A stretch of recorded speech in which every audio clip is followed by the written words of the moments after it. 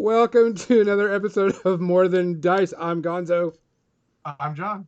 And Kathy will be right back. She had to go make sure she had a good drink ready for this podcast. What episode are we on? 157? Hey, streaming fans, what episode are we on? Since Kathy's not here. Hold on.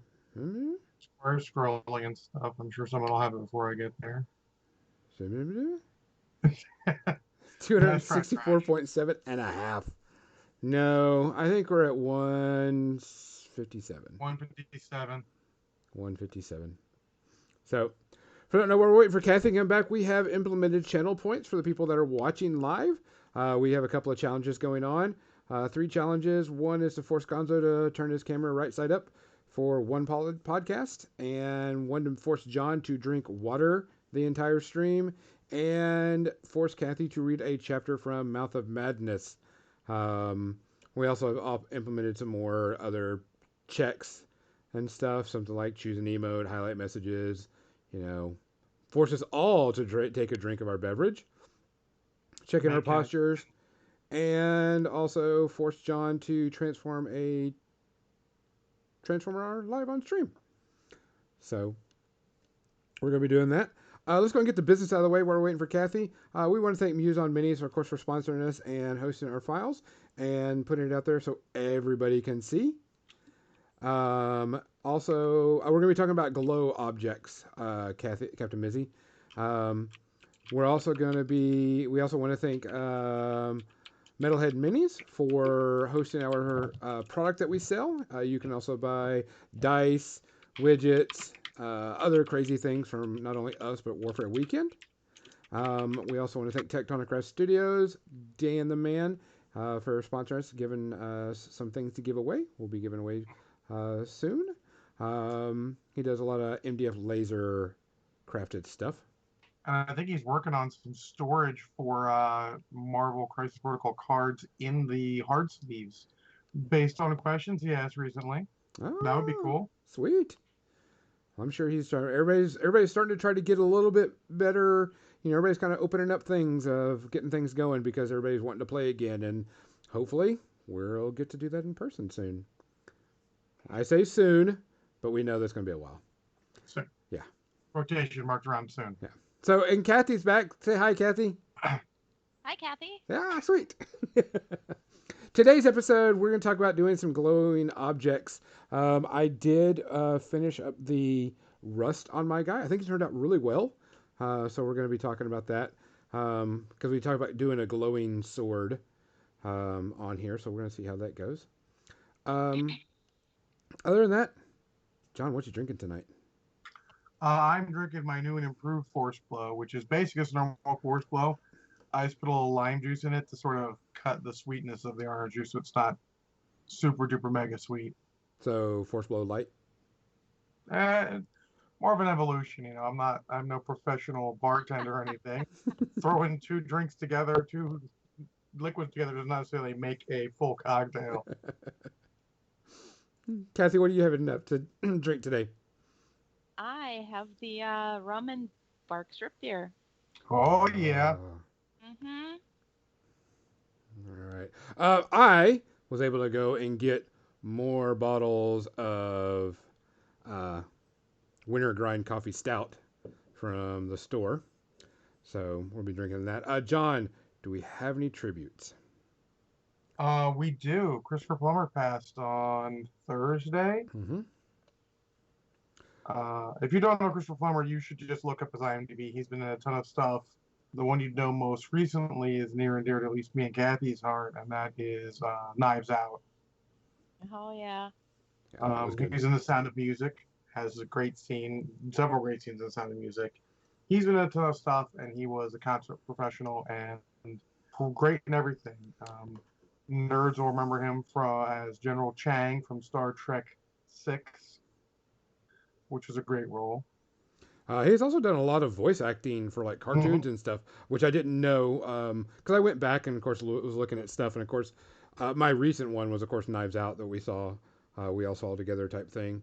But I was I mean, he lived to be, what, 90 something, 91? Yeah, he was in his 90s. Yeah. So, I mean, it was a long life.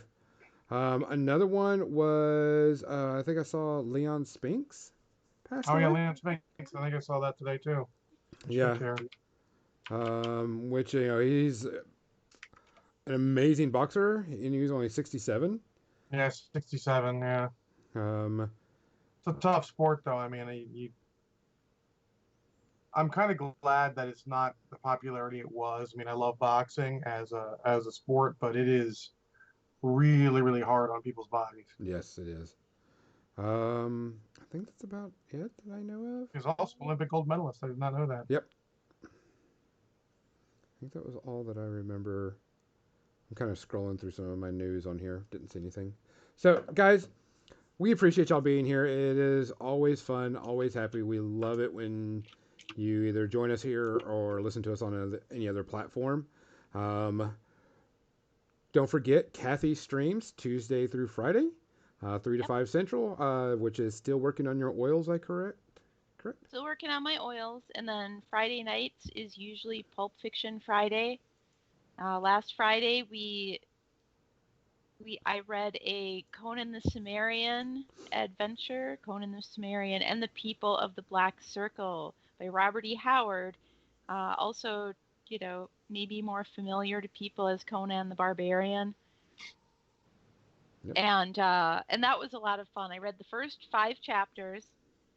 We ended on a literal cliffhanger, and we will be continuing the adventure with chapter 6 this Friday at 3 p.m. Central.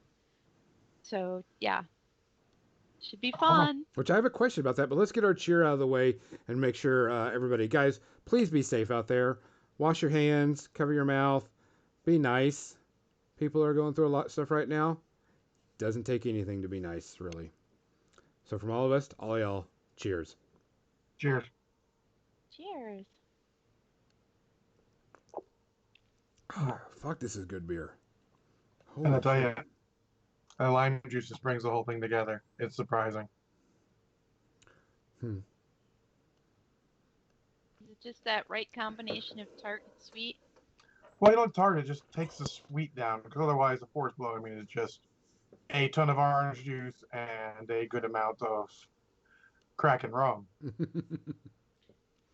So, Kathy, I have a question about your reading because I know some people are going to ask and maybe, wonder how can you read these things on air? They're copyrighted material.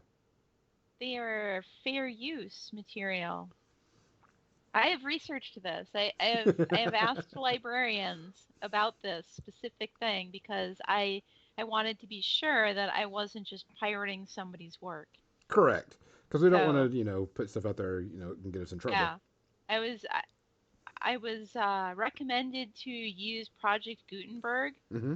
as a resource, and they have a ton of material that's downloadable and they've done all this research to make sure that it is all within the public domain.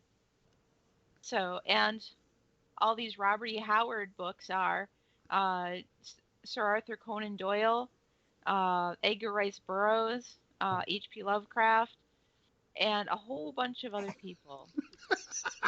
Josh should have seen that coming from you. I know. I knew that was coming. Project Gutenberg, the collected works of Stephen Gutenberg. Yes, yes, that is exactly correct, Trashama. Oh man, the work of Steve Gutenberg, which I think the high was. I'm going to say the highest cocoon, even though I would probably say the highest short circuit. Yeah, it's kind of a tie between those two type thing before they do it. Depends on how old you were at the time. Correct. And there Thank goes you for Captain that Missy. link, Captain Mizzy, in case people want to look at Project Gutenberg. Okay, so I'm going to go over and switch over to the paint cam and we'll talk about this. But Kathy, while I'm getting this straight, when you're doing like a glow on a model, and it's not really object source lighting type thing because you may not want it to go somewhere else, what are some things you think about when it comes to the color? Honestly, if I'm doing a glow on a model, there is always object source lighting because otherwise it will not look like a glow. It just won't. Fair. Unless it's glow-in-the-dark paint and you're shining a black light on it. Correct. So, let me make sure my camera is okie dokie. All right. The glow effect, the object source lighting effect is what gives it the illusion of glowing. Okay, so I've got this guy, what I've been working on, which I printed his older buddy, by the way, the big version. You can't see him because I it's all do white. love how the metallic turned out on that and the rusty stuff. Well, so I got the rust and I added a little bit more off stream, and then once it was done and it dried, I went and did a dry brush over it. That way, the highlights would still be, metal because if that's how rust works. yeah, pretty much. So, and then I did gray on the stone just to get some color on there because I had it out and I was like, oh, let's just do it. So, I mean, the thing is, but we talked about, I'm going to pull out something I can point with. We wanted to make the sword glow and like the edges type thing. Now, on here, if it's the edge, and this is something I've been using and I've been looking at, and you tell me if I'm wrong because I'm not the expert. I'm just the nerd. I want only the edges of the sword to glow type thing. I don't want the whole thing. So if I'm going to cast it like a beam, where it's tipping, where it's touching on his breastplate is where I should kind of be doing the glow also? Or what should I do? Now, you don't have to do a huge amount of glow if you just want it to be really subtle. Correct. If it's coming from the edge of his sword, then probably a little bit of the chain link and on his upper wrist Okay. would get hit by it, and it might not even reach his chest or shoulder. Okay. If you didn't want it to be super bright. Yeah, I don't want it to be really bright. I mean, because if I take this pointer and put it like right here where the glow would be coming out, it would hit down here somewhere, or like right in here, be hitting the highlights of where this file is. Correct? Yeah. So maybe it would hit the top of his knuckles on his fingers. Up here? It might hit the top of if you're going from the upper part of the blade. Gotcha. Not those knuckles. Those knuckles. So here? So if it's going across the top of the blade there, it's not going to hit any of that stuff on that part, on the hilt, unless the hilt itself is glowing. Nah, the hilt's not going to glow. So you're talking about like down in here then? Yeah, just like the top of the knuckles, the upturned wrist area on that hand. Like right here where the chain link is? Yeah. Okay. All right.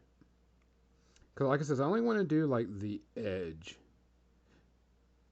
type thing. And if I like the color and it looks okay, I might do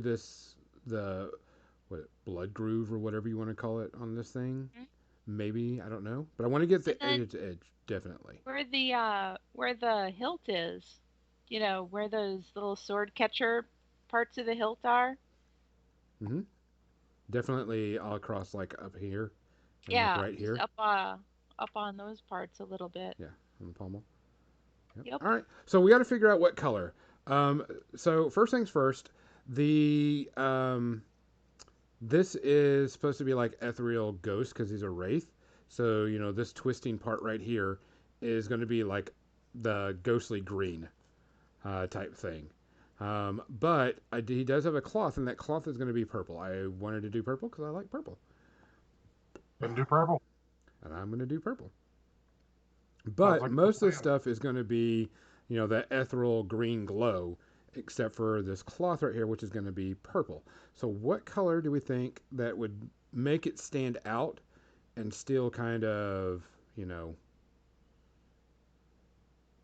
kind of be the center of the attention of the eye? So because your ethereal green, what's your highlight idea for that? Yellow. Okay. Doing like that necrotite type green with a yellow highlight on top of it. Fire painting. And also, hi, Greno Cookies. I didn't get to say hi earlier because I didn't want to interrupt. Because I was going to use the ghostly, like the necrotite, not necrotite, tesseract glow um, for that. Of course, I'm going to do some white on it because I want that Shouting out really. Greno Cookies, and I'm shouting out Aspire Painting. Hey, Go that's ahead what, and follow them. They're miniature painters. They're awesome. that should be our mod's job, not your job, Kathy. I mean, technically speaking, she And is one of the Orcris cops. Gaming is here. What, Orchrist? Hey, Orcris Gaming. So, what color do we think we want to do the weapon glow? Purple, I think you should do green. that last because it's going to glow a little bit onto the cloth, so you want the Correct. cloth first. I agree.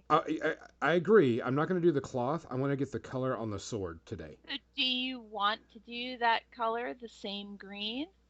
We want to do the same green? We I can mean, do it it. would work It's your model. because the cloth is going to be purple. Correct. So it should work. Okay. Still, So, want to still use the technical tesseract glow? So, should I put a light layer of white over the top of it? I would Okay. for all the places that you want to be glowy. And the area of his body that you want to have the light emanating from, Mm-hmm. that's where you want to put that white down into the recesses. Okay. Like I said, I just want to work on the sword today, and Uh-huh. then I'm gonna get the glow on the clothes because I know is I would rather have like 90% of all this painted before I did the glow on it, but I wanted to do the color because I wanted to see what it looked like. So let me get some white on this along the edges of where I'm talking about.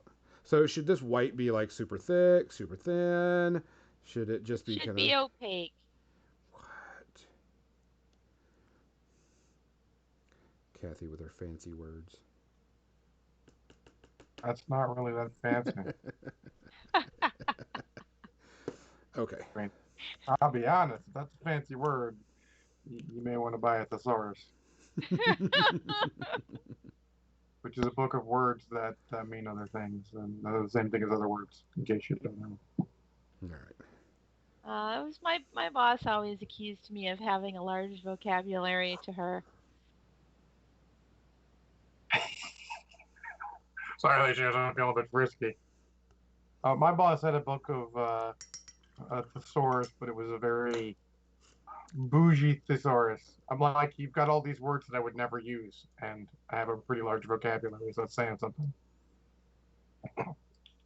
There's having a large vocabulary and just, you know, conversing naturally, and then there's Being a douche. using incomprehensible gibberish, you I mean, know, yeah, even though it technically is words.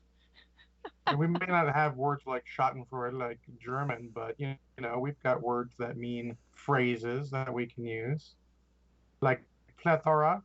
Plethora. That's my favorite word in the entire English dictionary. A million layers, says Grania. You know, I if you don't water down the paint, it will be more opaque when you apply it. That looks good though, right there. Yeah, Looks nice and bright. Yeah, I'm just trying to get just like I said, I just want like the edges. Now, do I have to have this a straight line, or if it kind of bleeds over, that's okay, right? I mean, That's fine, sure.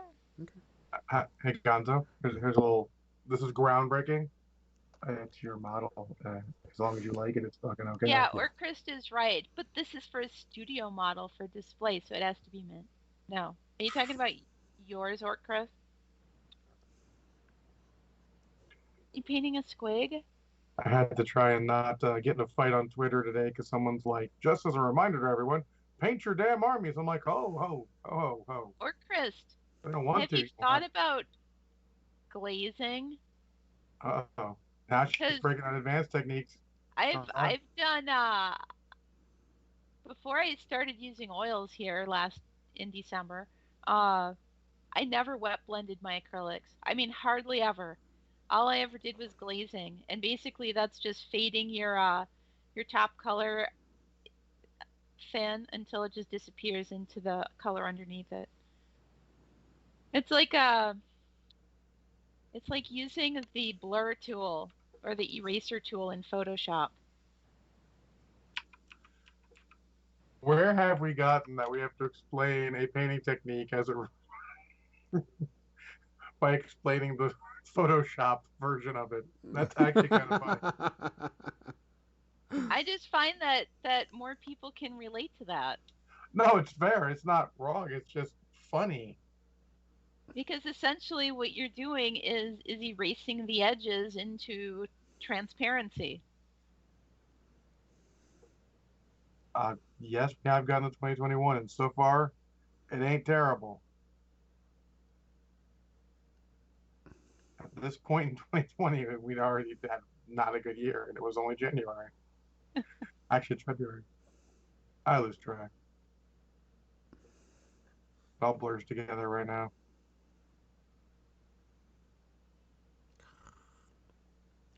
All right, so this is riveting to watch me put white paint on the I model. Ren says, not gonna lie, I love wet blending my acrylics, and absolutely, wet blending is an amazing technique. But I tried wet blending a few times, and man, you have to be on the ball. you, it takes practice. Yeah, it Mhm. does. It takes practice. It's not something that you can just pick up your brush and go, I'm just gonna wet blend these colors together, and then it works perfectly. No. Yeah, it definitely, as Gren says, it takes some practice to Yeah, get the hang of wet blending. very much And so. and it also takes practice to get the hang of glazing. So yeah, those are two techniques that are both very valid and are great when you're using both of them on the same model, even along with dry brushing, I might add, which is another very valid technique that also takes practice if you want to, you know, really get good at it. So I'm just gonna. Indeed. I mean, this just in. Most techniques require you to practice them to be good at them. Yes. Yeah. Painting miniatures. It takes practice to get good at it. The more often you paint, even if it's like if you're like John and you only paint like maybe a half an hour a day, but you're painting every day, you are going to remember more that you learn while you're painting because you're doing it so often, even if it's only for a half an hour every day. Okay. That's true. I can attest to this. So, um, I'm gonna do. So we were talking about it possibly getting up here on his breastplate, and of course, on his chainmail and like the bottom of his wrist. Should I go and paint white over that also? No, Yeah. not yet. I mean, I wouldn't. Well, I mean, maybe the chains, the parts that are done, but Correct. The The ones that the are parts done. that the parts that the light's going to be reflecting off of, yeah. Yeah, because I uh, mean, the metal is pretty much done for its most part, besides minor touch ups, on like rivets and stuff like that. So if I were to take my brush, it would be like somewhere along here.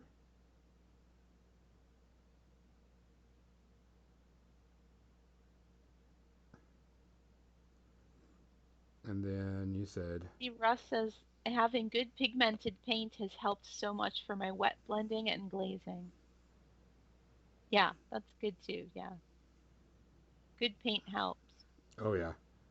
Aspire says when I try to wet blend on a model, I end up with mud. When I try to wet blend mud on a base, I end up with a sunset fade. Isn't that always the case? and I'll be honest, brush you use matters a lot for what you're doing. I'm like generally a one or two brush guy, but I have some really nice brushes I break out once in a while, and I notice to get much better quality with them. I should probably just start picking up more brushes so that I can branch out a little more and use the good brushes more. I just got new brushes. I got brand new sable brushes. Not that anybody can see them and I'm holding them up in front of my face, but my image is small, so whatever. But Tuesday, Tuesday, I will be breaking these in. Oh, so one thing to get back to Aspire Paintings, comment about ending up with mud when she's blending things on a model versus on the base. I have Mhm. two things to say about that. is it possible that when you're painting the base, you're feeling like you don't have to be as careful, so you're not as worried about screwing it up, and so it goes a little easier? And also, I've noticed for me with my oil paints as I'm learning how to use them, when I have a smaller area to to paint with my oils, and I was trying to blend a highlight color with a shadow color the other day, and my colors basically, my highlight and my shadow just mixed together over the whole surface when I was doing it and turned into a color that was, like in between them. Basically, it was gray. And that's not really what I wanted, but I feel like that might be similar to what you're talking about, where in a smaller area, sometimes wet blending just doesn't work like you think it should. Yeah, I agree. And Sometimes I I had to go back in and block in some shadows again. And since it's oil paints, I had to set it aside and let it dry then. And then I had to come back again and the next day block in some my highlights a little bit. yeah, And yeah, so I'll be honest. I tend to use mostly just basic techniques, especially because I mean I've been painting this night for God knows how long, and I mean it's not great. Not like my paint job necessarily, but like it was secondhand. The primer on the lower legs is fucking terrible. I think he was trying to make a muddy look, so he's got like bits in there, and it's really pissing me off. But you guys got to know the right technique for what you're doing. If you're painting a tabletop model, you don't break out the wet blending, the glazing's perfectly fine, or sometimes maybe even not even that far. And I find if I want to get better at technique, I just do it a lot. If I want to do lots of highlighting and shading, I'll get models with nice robes and stuff where I can do a lot of highlighting and shading, and I'll paint a bunch of those in a row. I mean, especially right now, since there's no pressing gaming need for anything. It's not like my buddies be like, "Hey, John, come over and let's play this game," because it's not happening right now. It's a good time to, just paint what you want and maybe paint for learning. definitely paint for learning. Painting for learning is so valuable.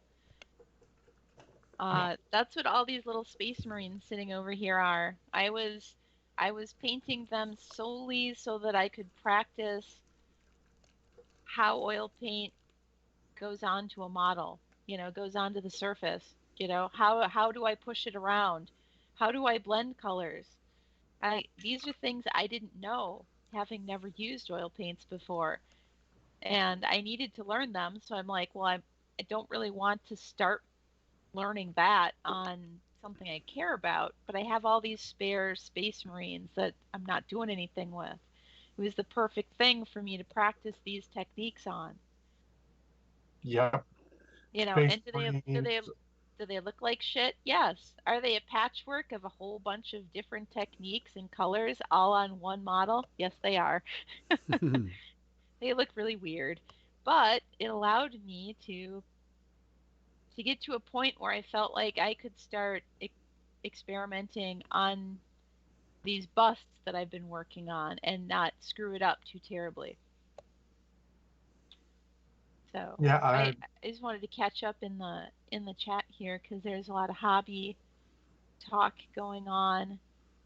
Grandno Cookies said, I did a lot of models where I did rainbows with each color blending into the next.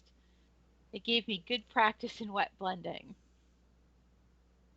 And that's hard too with rainbow colors. It's harder than you might think it is. yeah, Legionnaire says I got so messed up with the privateer press painting guys who said wet blending, but I have other people call it feathering. Yeah, it just depends on who it is who's talking about it, as to what it gets called. There is no Bible of miniature painting terminology.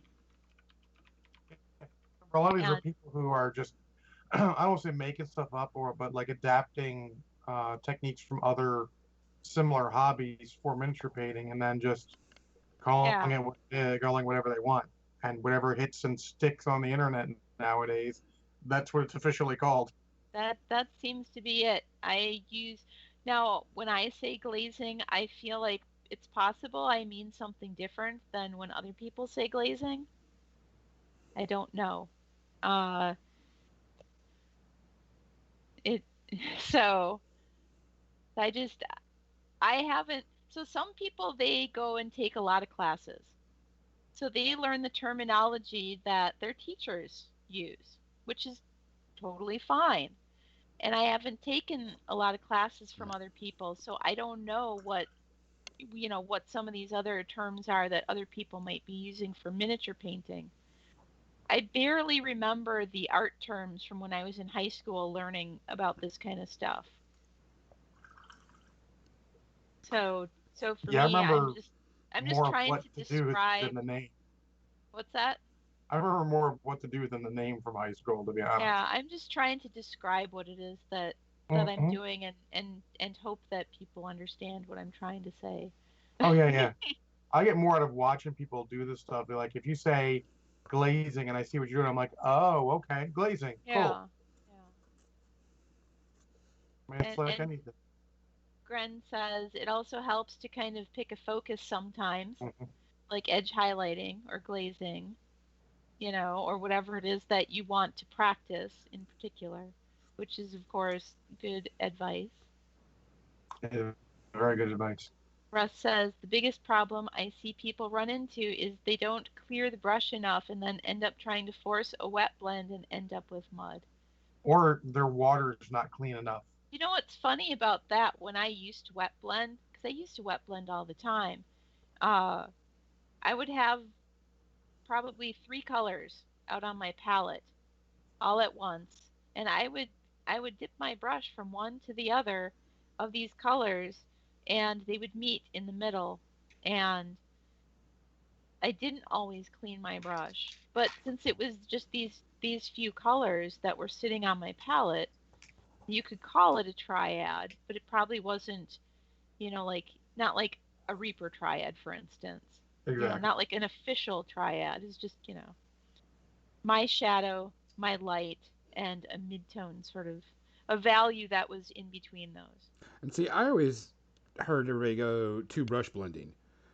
Using, if you're going to do a wet blend, make sure you're using two brushes to do the blending and not, one and try to keep it clean. You have one that, you put the color on, and then you have one to wet blend them together. I mean, that's a way that some people do it. Yeah. That's the one True. that we're talking about different techniques and people doing different things. That's one of the things that I've heard is doing two brushes. It's not like any of them are wrong. No, of course not. It's just different ways of, achieving a similar effect. I think two brush got so big for a point that there were a lot of people making brushes with Yep, bristles on two ends. correct. I remember that. And one of the locals actually made one, and a bunch of locals got them, and it's Oh, cool and and all, but Aspire Painting posted links. Ooh, what is it? and she did. It was very good. Oh, hold on. I gotta see. Hold on. I And gotta there's a see. front image. Oh, that's nice. Oops. Really nice. There we Ooh, go. I like it. Nice highlights. Really clean. Yeah, that red's really good. Hmm. I like the color And the face. combination. The So Red face. Riding Hood. I love this model. This is so cool. Where is it from? Unless you already Cool. said and I just missed it. So I missed it too. I didn't see. Why is that not working right? What's going on I here? like this.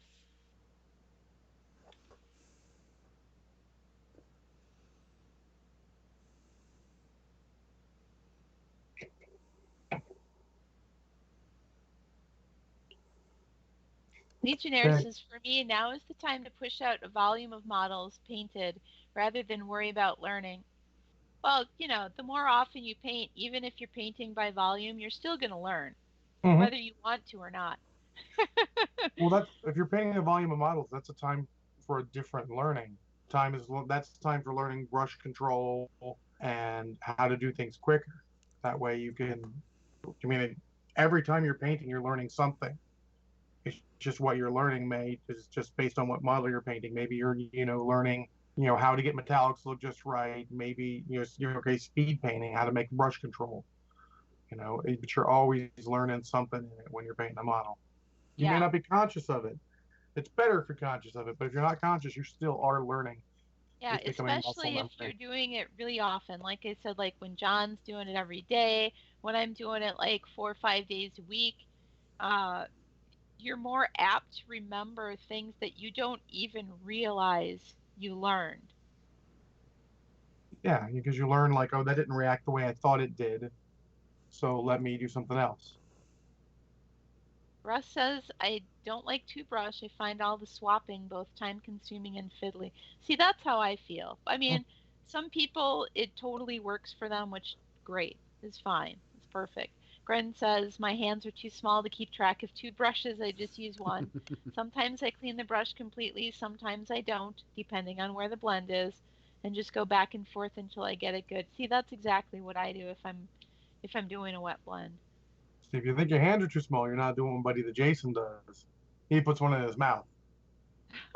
So you'll be painting, and he'll have another one like this, and he'll put that down and switch to the I've other one noticed real I quick. have to be very careful when I put the brush in my mouth now that my camera is in a new position because it's right in front of where my brush would be sticking out of my mouth. Well, Like my camera is like 3 inches from my nose. there's I'd a like to reason not there's get paint paint on here. the camera. All you can barely see it, but there's paint all along the side of my lamp because of stuff like that. Oh, Aspire Painting says this is a limited edition sculpt from Privateer Press. It's a Hordes model from the Grimkin faction. Oh, I thought that looked familiar. One would think Yeah. Gonzo would know that. Yeah, Aspire says there's a ton of muscle memory in most types of art, and miniature painting is no exception. Yeah, I 100% agree with that. The model's name is Lady Rose Riding Hood. yeah. Katarina Rose is the normal model. Brent says, but then I can't lick my brush. Oh, brush licking. Kathy's about to punch you. I would never. It just disgusts me. That's fine though. I mean, come on, I put worse things in my mouth. Like beer. That's yeah. Beer. Could be worse. The brush could be rinsed in Malort. Oh, oh. You keep bringing that up, huh? I Huh? will. Yeah. I'm a terrible person. Just remember that shit ain't happening. And Russ, plus the brush might have sand in it. Oh, bring that up. So, so funny story. This one time when I was uh, doing a basing stream, I was making all my bases for the Warcry models, and I was showing how fine the sand was. So I had the tin that had my sand in it, and I took the back end of a brush, and I was just kind of going through it so you could see how fine the texture of the sand was. And then I forgot that I had, put the back end of the brush in the sand, and then I put the back end of the brush in my mouth to hold it, and I got sand in my mouth. Which is And always awesome. Russ was there for that. That was a year ago. I know because in my Facebook memories, those Warcry models are showing up. So yeah. Aspire Painting says, when we say painting on camera, that is not what we're talking about. Not talking about actually painting the camera. No, generally not. Or Chris says she would punch me. I saw it in her eyes. You're too far away.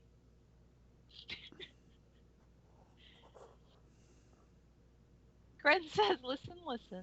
We have an agreement. She lets me have dirty habits, and I let her have her dirty habits. That's true.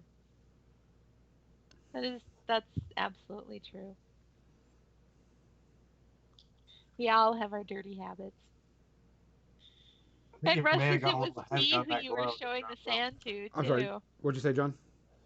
I think you might have gone a little heavy on that glow on the other parts. It almost looks like those parts are glowing as well, rather than just reflecting the light. Yeah, I may have to tone them down a little bit. You should be able to tone that down Yeah. pretty easy with just Or like a, what's you that? up the ante on the sword blade, and then they're automatically toned down by comparison. Yep. I, I just need to... I don't know. I mean, it should be easy to just tone down the that, because so what you're doing is you're taking the exact same brightness of color that's on the source of the light, and you're using that as the reflection. And what you want for the reflection is always going to be less bright than So the how light would source. how would I tone that down, Kathy? You'd probably You mix a take color your, into it. what's that, John? I was gonna say probably mix a color into it. Probably something like a darker version of what you're using. Like if you have a bit of green, I don't know if you're mixing green into it at all. No, it's just a straight technical color. So if you have a little bit of a green paint, Mm-hmm. you could water it down and just glaze a really translucent green You mean over the like top this of it. translucent green? Let's see what this looks like. Because happy accidents are always fun. It's always a Yipper. learning opportunity. You That's know, the reason and why I I'm like this. always going back and forth with stuff like this. I'm always toning down, highlights that are too Ooh, bright this on one my really... models. There's nothing wrong with that. All right, so I got this translucent green that's from Pro Acryl. We'll try that out. Legionnaires, do you lick the bone? Legionnaire says, I've eaten enough dirt as part of my job, not doing it as part of my hobby. I hear that you lick the bone. I have no questions for the witness Oh shot. my God, and he totally answered it right as I'm asking it. Oh, that's funny. I mean, there's maybe a little bit of lag, but I totally was asking that before I read your comment, Legionnaires. Legionnaire says, do you know how to tell if an archaeologist thinks they have found bone? They're seeing if it sticks to their tongue. So you are going to eat dirt. See, that's why I was asking him that, but I didn't. That's funny. Wow. Okay, new one on me. I'm gonna do a funny note here real quick since the Superb Owl is going on. Apparently, so the halftime show was both awesome and fucking terrible, based on Twitter. Oh, Russ says, careful, Gonzo. That transparent green pro acryl is super pigment. It's super bright. It's Is it? really bright, Um, saturated color. There's the color. It's really dark, though. Yeah. The translucent green is really dark. So let's test it out. I mean, hey, Happy not accidents. not like I can't So, reprint this model if I did. yeah, Okay? when I say Or bright, just I don't fix it. mean light in value. I mean it's just a really saturated color. Yeah, it's Intense. You mean intense. yeah. Yes. It's So intense. probably yeah, because I okay. So here it is. I'll paint it on my thumb. This is. Can you see that? Yes, test it on your thumb. Can you see my thumb? It's Mhm. like an evergreen green. It's phthalo green. So should I water this or just use some of that tesseract and just kind of mute it down a little bit? I think you could water it.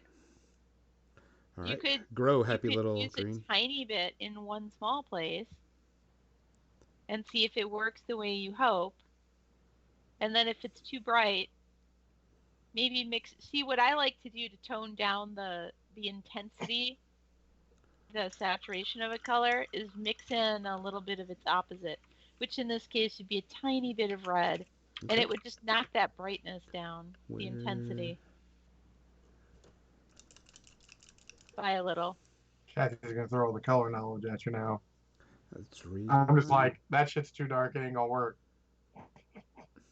And then yeah, you could also then water it down a little bit, and I did water it down not a little bit not a already. lot, Yeah. just a tiny bit. Just to give it a little bit of fluidity. Yeah. You know what I mean? You don't want it to be a wash. sure Kathy would say I should take the lantern on this and have it glowing on the cloak too. You could. That sounds like work. Yeah. Okay. I mean, you could do it or you could choose not to do it. That's. All right, so here it is with a little Personal bit of choice. red and a little bit of water on it. So you can see what I meant by it just sort of dulling the intensity down, right? Yep. I like that word, John, the intensity. That seems to be I think it gets the point. I mean, I know what you meant, but I think it gets the yeah. All right. point across better. So here it is. This is the darkened with a little bit of red, and then that's the base color. So do a little bit more red. What, do you think it's still a little too intense? It's not as green. It's actually a really, really dark green. Yeah, so just throw a tiny bit of water in. Or just take and moisten your brush and mix a little bit of water in the edge of that color and touch it to the model and see what happens. So let's do it on these parts I right think I here. would do the. I mean, try it out, but I think my plan would have been to take the edge up a notch to make Yeah. it make it look. This might work too. Well, I think. And if it tones it down too much, now the paint is wet, so you can take a little water by itself and rinse it a little bit too. Also, yeah, finger painting with the thumb is definitely a good way to wipe off the excess. It's a standard practice. That's a Gonzo It technique right is there. absolutely. I do that all the time. Jim does that all the time. So it's a bit toned down now, right? Yeah. Yeah, I would say actually even watering it down a tiny bit might let you do that without having to use your thumb so much. Yeah. If you're worried Yeah, about that. Almost making it a wash. Almost a wash, yes. yeah, almost, but not quite. Yep. I mean, at that point, you're basically glazing again. Gren says you can also desaturate with a tiny bit of black depending on what you want. Yes, so that is another Mhm. good way to desaturate. Black and white both will desaturate colors. I think white would have been interesting because it would have made it still look bright but not as colorful. It's just barely touching it too. I feel like the value should have been knocked down, and it was. Hmm. Yeah, I agree. It definitely. That's sort of why I've never really gotten into doing any sort of object source lighting because I'm always worried I'm going to fuck up a perfectly good model. Well, like I said, there's some back and forth with it. There's always the, well, it looks like I did this highlight a little too light. Now I have to tone it down a little bit. Hmm. And it looks like this highlight isn't intense enough, so I just have to screw with it a little bit. That's just, Maybe the next time. I don't think I'm going to do it on Amanozaki yeah. there, who I finally got painted after years and years and years. And I do mean years. Gren says moisten. Had to use that word, didn't you, Kathy? Moist. Yes, Gren. Yes, I did. And I'll do it again, too. I mean, come on. Isn't that what Dr. Horrible's sidekick did? Make people moist? Moist. Moist. I mean, it is. That was his power. He made people moist. Sorry, during the week when I was home on Monday and Tuesday from the snow, I Hey, Altered Man listened to the Art. whole Dr. Hey. Horrible soundtrack. He redeemed posture check. Oh, Posture check. Oh. hold on. Oh, okay, Yep. I can't. Yep. Back still. I still have a spine. It still works. Hey, Gotta sit still up. tried to kill myself on Tuesday. Not like intentionally, but you know what happens when you hit the top step and there's ice there you can't see, right? Oh. You reach out and you grab the rail with your left arm and catch it and feel like you were the man suddenly. And your back goes, no, sir, you are not the man. Ouch. Yeah, it was no bueno.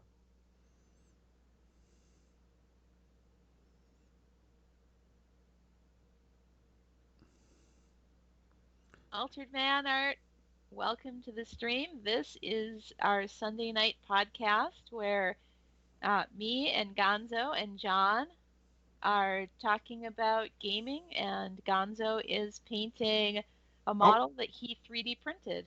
I almost And forgot I had a gaming related rant to get to. Shit. ooh, so what's this model again, Gonzo? This is a model from White Werewolf Tavern. It is the Wraith. I can't remember. There's another part of it, but it's the Wraith. Um,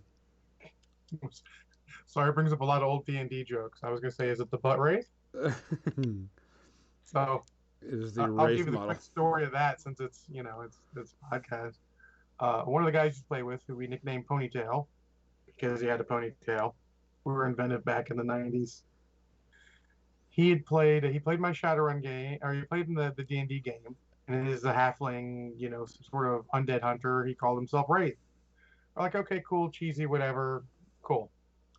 Then he played in the Shadowrun game I was running. I was playing in the other one, and he went and he played a physical adept, and he gave himself all the stealth he could in the universe, and he called himself.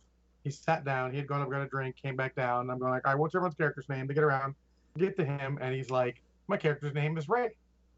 And one of the guys, Mike's like, no, I believe you need to read that again. It says, damn it, it says butt wraith, because we called him that because he said butt a lot.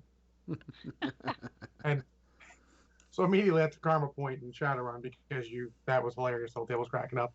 And he's getting there, he's furiously with his eraser. He's like, it's in pen. So there you go. Sorry, but I say butt wraith. That's why. Anyways, rant. Um, I saw 4 new models from Atomic Mass Games for Marvel Crisis Protocol. I know Kathy and Gonzo and I talked a little about Deadpool. He's riding a rocket with a big smoke plume, and it says like "foosh" or something on it. And while we agree it's not terrible because you can take him off the rocket, doesn't look too hard, put him on a base normally, I'm a little disappointed because that is a bit egregious. Hopefully, it'll have a way where you don't have to attach him, like you attach him to the rocket, and it's super easy to not attach him. That would be the best, and I would, of course, revise my opinion then. But it's I a little too. believe that there's multiple basing opportunities on there. I hope so. I It's a bit believe there is. egregious otherwise. I know it's leaning a little too hard into the fourth wall break, which is it detracts from the model, in my opinion. I mean, it's going to make the model way too busy on the battlefield. But I'm not a big fan of that, and I've been very critical of them and their fucking Tactical rocks. tactical ruins and debris and shit. Um, so there's that. The Allegiant says don't go with the taco truck. Yep, the taco truck's there. Taco truck is fine. More terrain is good, even if it's a little weird. Bob the Hydra agent looks fine. I think they all come in one giant pack. But then I saw Cable and Domino, and Cable's got a 4 screen he's raising up, and he's on a bigger base, and I'm kind of okay with that. It's a little much to put a model on a larger base just so you can put some fucking bullshit on his base with him, but it'll be okay. And then, of course, fucking Domino's got all this, fucking tactical rubble on her fucking bases. Just why the fuck can't we just have models? Every other company just does fucking models. You don't got to put every model on some bullshit. You have to fucking just make a model. Or if you're gonna do that, try and make it easy to convert or whatever. I haven't seen that. I haven't picked up Wolverine and Sabretooth mostly because fuck them, they're on fucking Tactical Rubble and they look terrible.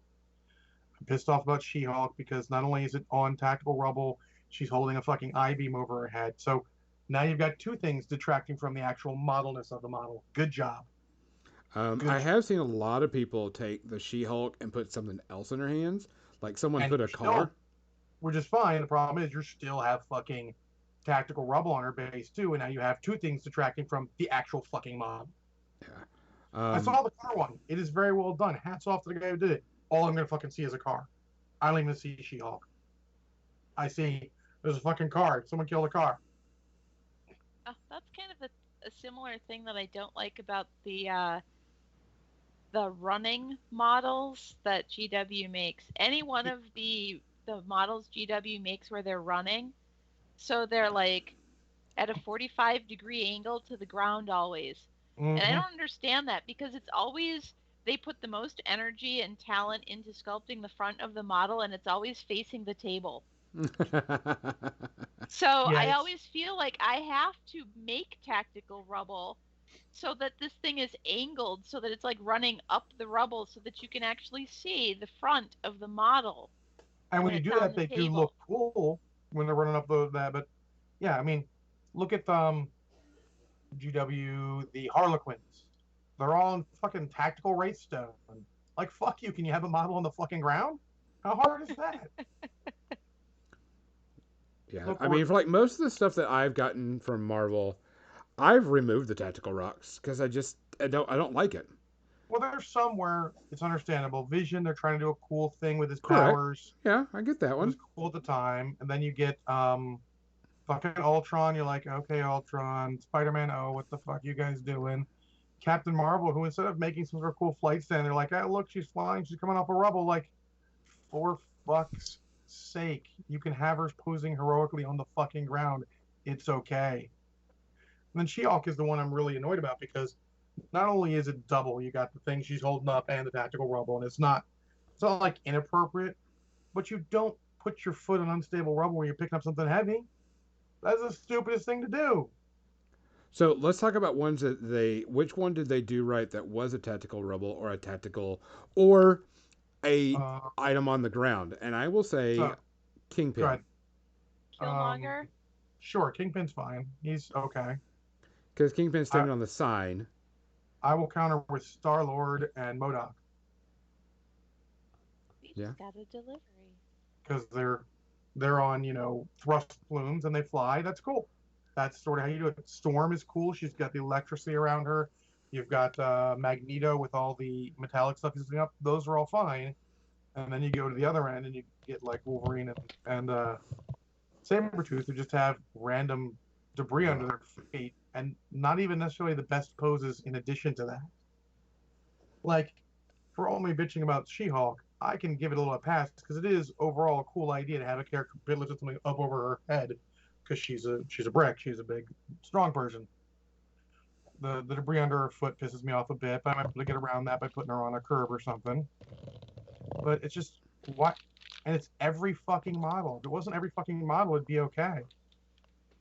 Like, you can have some models just standing on their feet. It's okay. In What fact, time is some it? models would be better that way. Oh, Some models that don't have any sort of you know, any sort of reason to have it. It's not adding anything to it. See if I can find a good picture of all their shit so I can. I don't want to go on about this forever, but it just still pisses me off that they keep doing that, and it's just again and again and again. it's a Um, running gag now on their Facebook page. Someone's like, "Oh, let's guess our tactical rock this model." But it shouldn't be. Correct. I Should put agree. out a good model first. I mean, even looking at the box set ones. So the ones from the box set, Spider-Man's on the girder and all was not very popular. Ultron's on rubble and not easy to put on not rubble. You got Captain Marvel with the rubble under her foot. You've got Zemo with a little bit under his foot. Those are kind of not the best. Modoc's got the plume, which is cool. I mean, Black Panther's got rubble under his feet. Lucky Killmonger's got the Panther thing on his feet. Okoye's got stuff under her feet. Shuri's got stuff under her feet. Venom stuff under her feet. Spider-Man, Miles Morales is on a police over a news box. What do they call it? A vending machine. Magazine stand. Magazine. Yeah. Ghost Spider's got stuff under her feet. Thor's under her feet. Valkyrie. They just don't even fucking make a model on like Winter Soldier is on his feet just on a base. Cool. Great. I'll give a pass for Groot and Rocket, even though that's a little bit much. Star-Lord's cool. Nebula's got this whole big thing. Gamora's the whole thing. I mean, shit. It's Drax is on his feet. I think he even has something under one foot, but it's not much. Ronan's on it. I mean, for fuck's sake, guys, you could put models just on the fucking base. It's okay. You don't realize that by doing this, you make us have to paint more of the model, and now suddenly we've got to do more work to make it fit in because a little bit of whatever the fuck it is may not fit with our already basing scheme. You pretty much forced us to not ever have any ability to use third-party bases, even if they're the right size, because you got all this shit It's not going to fit. Now it's going to be a shit ton of work to make it work. I give a pass to Medusa and Crystal because they have effects that are appropriate. Even Cyclops has got his fucking foot on a stone for no fucking reason. It's really, really kind of annoying. It's So we've had a request, John. Channel points for John rants. you can't manufacture a rant. It's got to come naturally. I can't just bring it out of nowhere. You just gotta you gotta push the button somehow. It's not. You gotta find the button and push that button to make me pissed off. I just saw that this week and saw Domino and Cable. I was like, for fuck's sake, guys, just give it a break. Like, it is literally pissing me off with these models. Most of mine, I think, most of my Marvel models do not have the rocks underneath them unless it's integral part to the model to stand on. Like Captain Marvel, Vision, stuff like that. Well, so some of them it's okay because you can take them off. But you also don't realize, but the fact you do it for everyone, it's not special anymore. Yeah. It doesn't stand out. It's like, oh, look, here's a bunch of bullshit under my model's feet. Great. I don't care. Fuck. Fix it, guys. Jesus. It's not hard. At this point, though, they're probably pretty much stuck because the model would just look plain without it. Yeah. No, it wouldn't. You guys have fucking built your own problem. And now you're just going bullshit after bullshit. Yeah, I know that I was on their Facebook page, I don't know if it was this week or last week, and people were like talking about that again. And I'm like, I don't go off anymore. Too many fanboys trying to shout me down. They don't want to get fighted with this. Yeah. And what's good is the game's great. The game's an amazing game. It's a very good game. Yeah. There's nothing wrong with the game at all. The models are well sculpted. Correct. Aside from these. But elbow pads. You're losing model to model with DC because of the amount of bullshit you're putting on their feet and stuff. That's a problem because those DC models are fine, but they're not super great or anything. But you're losing because you're losing people who would buy them just to paint it as a model. They would want just the model. You're losing an entire category of people who would just buy the model for painting. Sorry, I got distracted by bullshit. Anyways, there we go. I don't want to send Will Pagani a message because that's kind of rude to put that in text, but hopefully that shit gets them and they check themselves before they wreck themselves. Yeah. All right, guys, we're going to turn over the media section where we discuss and talk about things.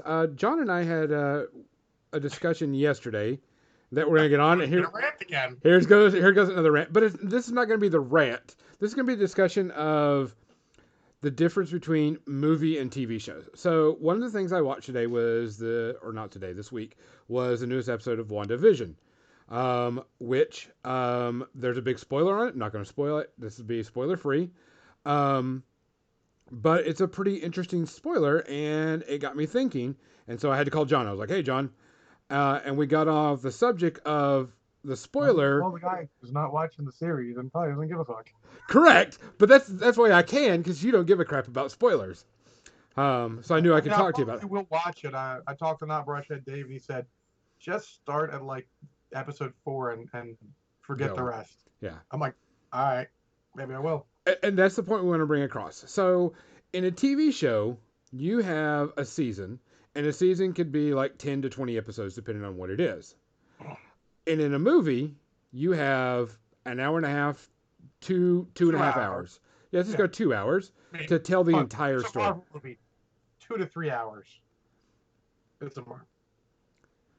So they're not short. Yeah, so we're going to say a movie takes roughly 2 hours to get through, to get from start to finish, unless it's a continuation. But there's going to be an end of some sort, some type of cliffhanger. So WandaVision, as we know, the first, few episodes are this sitcom-y type thing. And it's you've got to kind of slug through it. I'm going to throw in my boy Ferk Polo's opinion on this. And I may get him on Minis and Movies back when that starts back up. We have many games to play. He said the point is for actually those episodes to be offsetting and not right, to give you an idea that something's not right. Which it's not. But They took, I would say, roughly an hour and a half, hour 45, give or so, roughly 3 episodes. One guy, not Bullshit Dead said about halfway through episode 3, it's okay. So let's be nice, say an hour and 15 minutes Yeah. Of almost meaningless bullshit. of setting the stage, trying to get the feel right. Yeah. Let's say being very, very generous. So this last episode, I really liked it. It brought a bunch of different things, and the spoiler at the end was really cool. And you've got to watch it, but you've got to watch it and go, wait a minute, because of what happens and everything that's in there. But I'm like, why couldn't have we had these things? Like, I can understand like one episode of like what the fuck's going on, and then start opening up bigger. Because now that it's opened up, and we've got more of the history and more of the people and more of what's going on, it's really good and it's really interesting and it's picking up steam and I really like it. But like I said, the first 3 episodes just you're just like, what the fuck's going on? So I'm sort of curious, and someone said like we'll judge at the end, and we will judge at the end. Yeah, We always of course. Yeah. But can you really waste 2.5 episodes setting that scene? If it's a 10-episode season, they wasted a quarter of the season on that shit. Well, it's also like Clone Wars. How long did it take Clone Wars to get going before you actually were interested? I'll tell you when I become interested. And it's been how many seasons? It's 4. Yeah. Like, there's interesting stuff that happens, but I'm not interested in the series on a whole. Yeah. It is literally like, sure, it's there. Care about them as much as I do WandaVision right now. I mean, I want to see some of the spoiler stuff, some of the stuff they said that happened, but can you really? I mean, that's the thing, is how much leeway can you give a series? So if you're like Gonzo and you consume series like, you drink water for terrible beers, then you absolutely can give it plenty of time because it's there. You're just gonna put it. If it's not grabbing you, you're gonna put it in the background. You're gonna absorb it, but not like waste your attention span on it. I, unfortunately, due to the way I live my life, apparently, don't have that kind of time. So I could spend time watching this and trying to get to the fucking monkey, or I could just go watch something I missed. Yeah. Oh. Hell hydrate. I mean, you too, Kathy. That's not water, Gonzo. I don't have it. It's made with water. Pee. Trash. I think you should refund those 100 points because Gonzo's fucking with you. No, but if you notice, Say it what? says I'll drink twice. it says water or beverage. I got you, trash. Anyways, so sort of the thing, how long can you go with that? What can you do? Can in today's, attention span, can you afford to give up that much time to set the scene? I think about The Expanse season 1, which fucking grabs you the first episode and goes. I feel like, and I've said this before, I feel like this is actually Marvel's arrogance coming through for the second time thinking about it. Because you all remember, I'm not the biggest fan of an Infinity War movie. I feel like it was kind of arrogant and not terrible, not at all, but not top tier by any stretch. Yeah. Because of what they chose. And I think some of that affects Marvel. I think it's getting to the point where it does, and they need to have something just crash and burn on them, or someone's got to pull their head out of their asses and tell them, like, look, you guys got to calm down. You can't be this arrogant. You got to make sure you're putting out quality again and again. I mean, look at Star Wars. Star Wars is a much loved series. You put out a little bit of shit and they're like all over you like fucking white on rice. Like any sort of weakness. And they're like, hey, the whole series is trash. This whole series is trash. I'm out of here. Like people today are like the internet, like they get together and it becomes this giant festering pit of fuckery and bullshit. And they'll come around wherever you are and tell you whatever you like is ass. Like, I've actually avoided threads like that. A couple of my friends have posted threads about WandaVision, and all I've said is I've actually heard that perhaps the first episodes weren't even necessary, but we'll slide at the end. Maybe there's something in there that's suddenly, relevant, but you can't. So, how long can you go, and how long can you just build up before you actually get to the fucking monkey? Yeah, and that's I that's agree, kind of the point. Actually, I wish it was a follow-up to Fish Called Wanda. Not that I've seen a Fish Called Wanda in a while. Spoiler: I took the first girl I liked to see that, and she told me she didn't like me like that.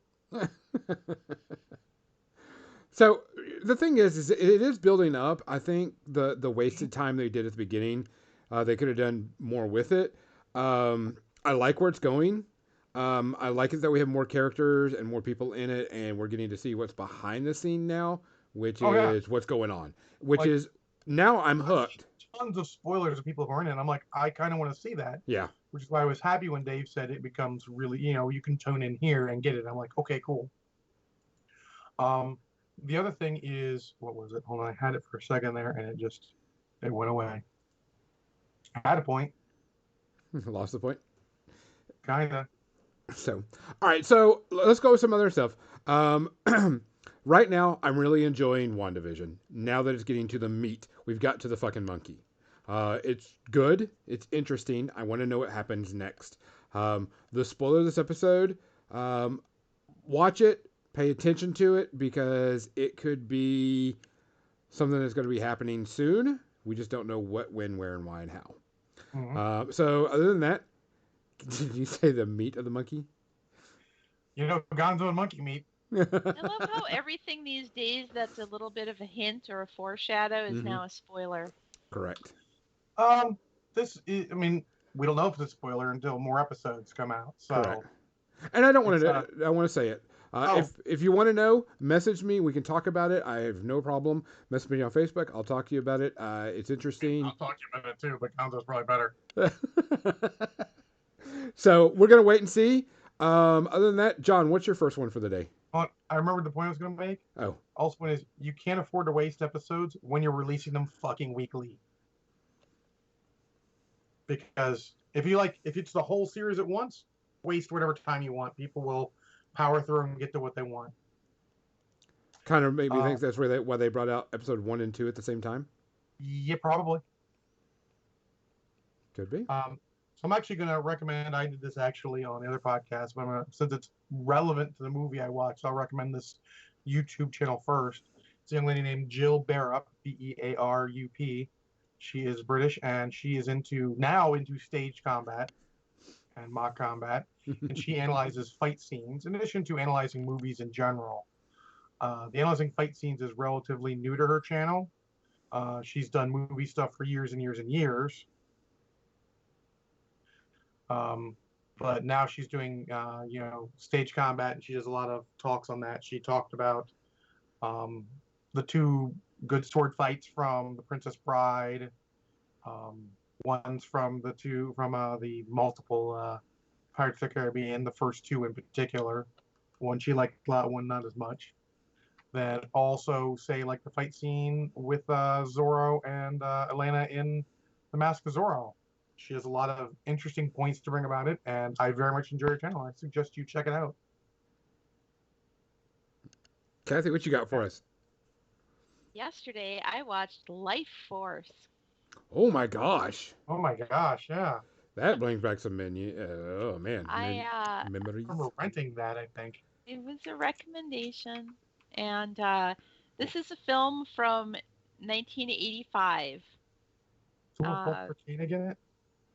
No. a British film. It's the year after Dune came out, and I had to ask because I had to find this out because Patrick Stewart appears in this movie, He does. and I was just wondering if this was before Dune or after Dune. So I had to look it up. So this was year after Dune. I would have said the year before, but it's the year after. You're right. Yeah. Um, I mean, he's not the star of the show. He does a really good job in it as the guy who screams. I mean, there's more to his thing, but he did a really good job, like being in agony, as only Patrick Stewart can do. But it's this is a vampire movie, Vampires from Space. It is about as cheesy as you would think of a movie that's basically vampires from space. If I recall correctly, it's actually more cheesy than the Buck Rogers episode with the space vampire.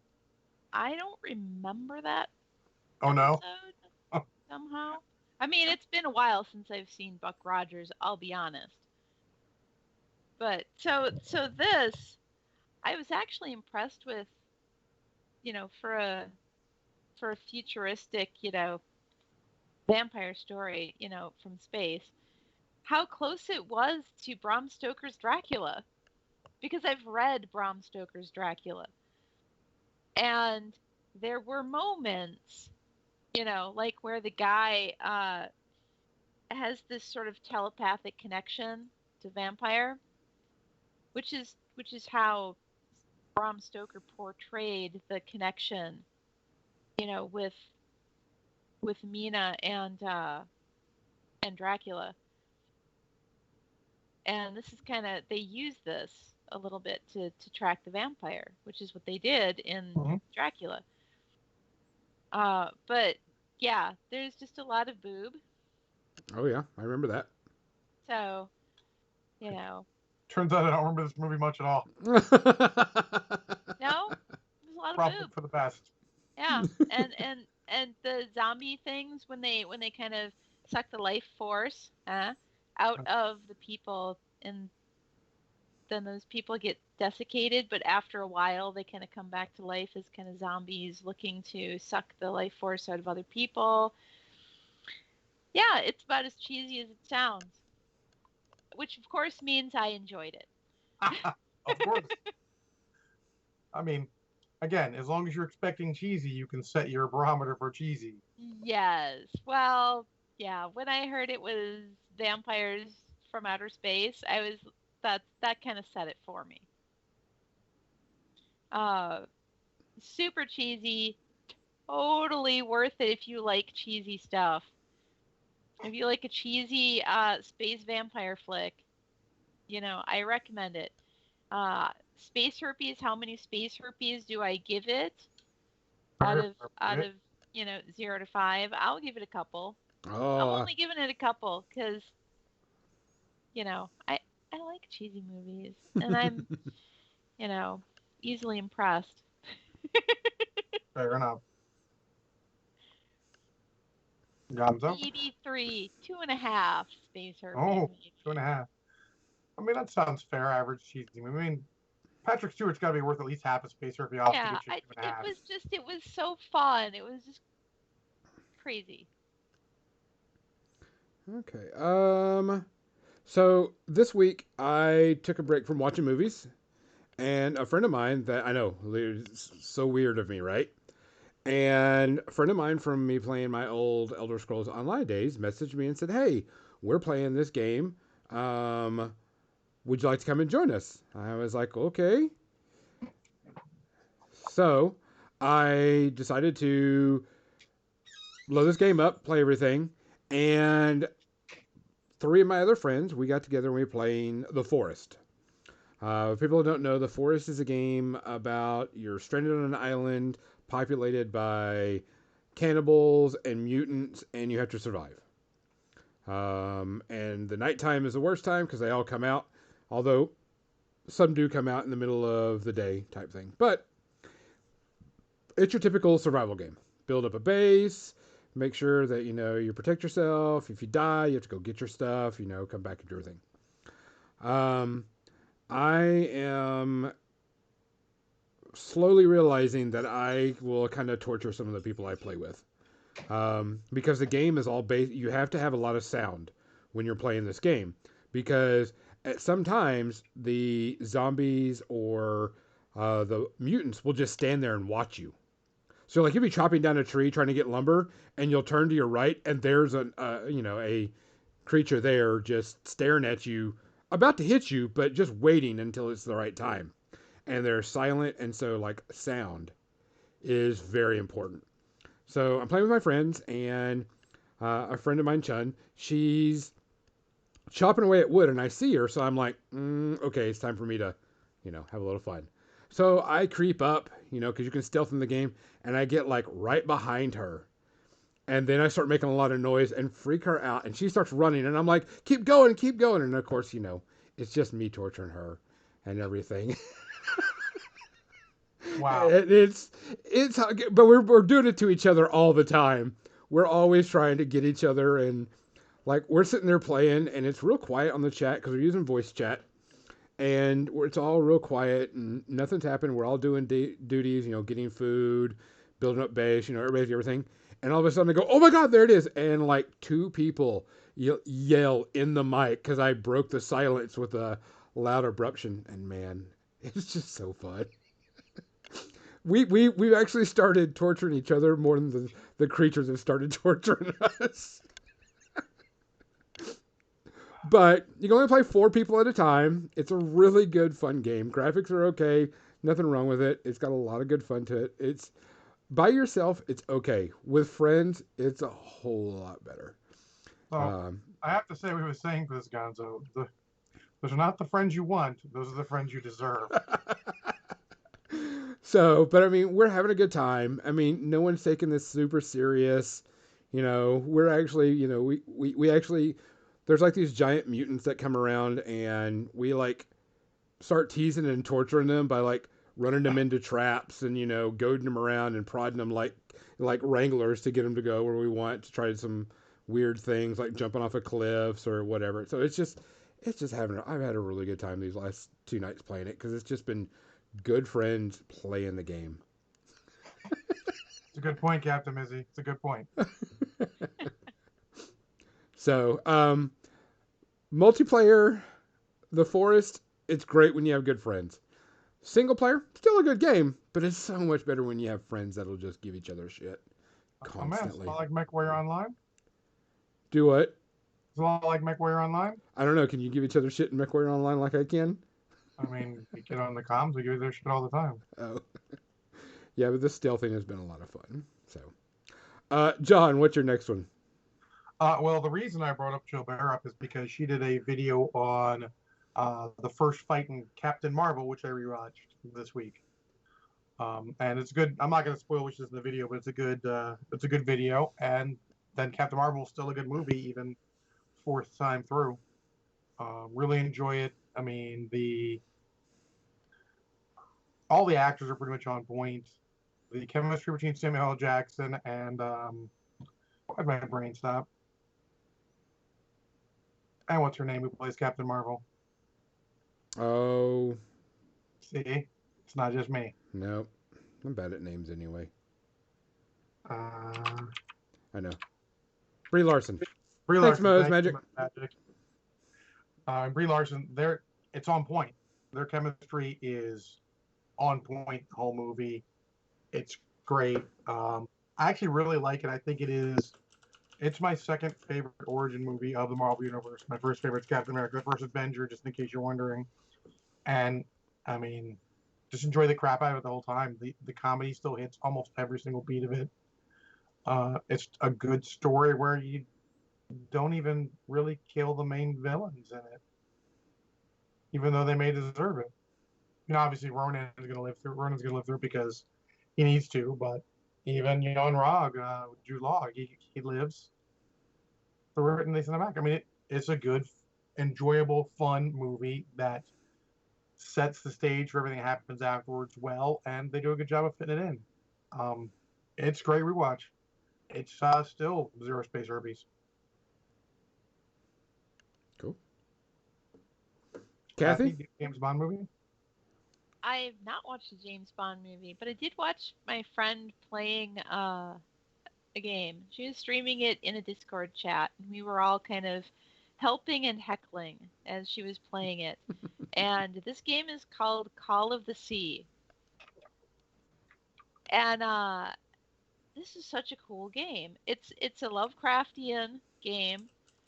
This woman is sick, and she goes to the South Sea to find her husband, who has gone on an expedition because he wants to find a cure for her disease that she has. And so she goes off to find him and tracks down his ship, that has been destroyed, leaving them shipwrecked on this island. And she's walking around the island gathering clues. It's one of those walking mystery, searching for clues, solving puzzles kind of games. And Kind of like a Myst. It was an interesting story. The graphics were really cool. The music Yeah, was really I cool. like what I see of that. The graphics are really good. Really, Yeah. really nice. And today I was watching, towards the end game, and I got to see the finish of it. And that was really cool how they did that. The whole thing from start to finish, the story behind it, as well as the clues and the puzzles, everything was really well done. And but it's funny because it took a team of us to kind of. It may have taken her much longer to play it without everybody kind of putting their heads together to try and solve some of these puzzles.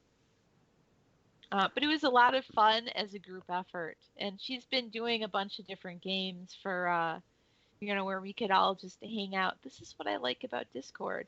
We could all hang out in the chat, and she could stream it, live in the chat, and where we all can see, and it's like we're all participating, taking part. These are the social things that one does when one can't go out and play games with their friends.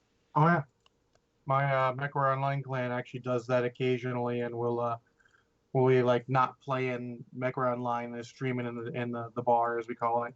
I'll come in and see what he's doing, and do whatever I'm doing to have that on the screen, chat with him, or we'll even be streaming MechWarrior Online if we've got a full group of people playing, and someone else like I'm not going to log in just to play alone, so let me just see what you guys are doing.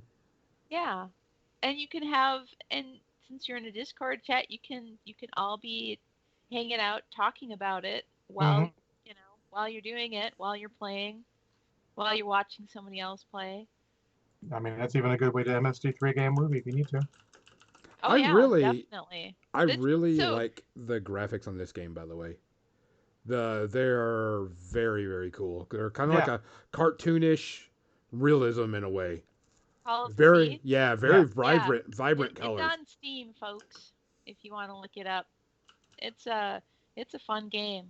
Even though I have watched her do it and helped solve a few of the puzzles, or watched other people solve a few of the puzzles, I feel like I kind of want to get it because I haven't seen all of what she was doing. There are parts of it that they were playing that I missed. Large portions of it that I missed. So I feel like I could still get it and play it, and it would be a challenge for me. That's why it's got very good ratings too. Looking at it, I was impressed. It was very fun. It's very, it's very tied into Larry Gilman of the Innsmouth Gilmans, as I was that bust that I was working on in recent weeks, and the Lovecraft story I read, The Shadow over Innsmouth, that I read on stream a few Fridays ago. Yeah, it's kind of ties in with that. I don't think that's spoiling anything because it takes place on an island with a shipwreck. Well, guys, that is our stream because we're about out of time. We appreciate y'all coming out and watching and listening. It means a lot to us. We enjoy the active audience. If you're not listening to us live, come on and join us. You can use the app or just jump on your computer or whatever and come and say hi. We like hearing from our fans and everything. We are going to send you to Zambies because she's painting a gorilla with 4 arms. So we're going to send you over to Zambies tonight. Guys, be safe out there. Wash your hands. Wear your mask. Be careful. We want to hear you back here again. For More Than Dice, I'm Gonzo. I'm John. I'm Kathy. Good night. Hey, get more channel points.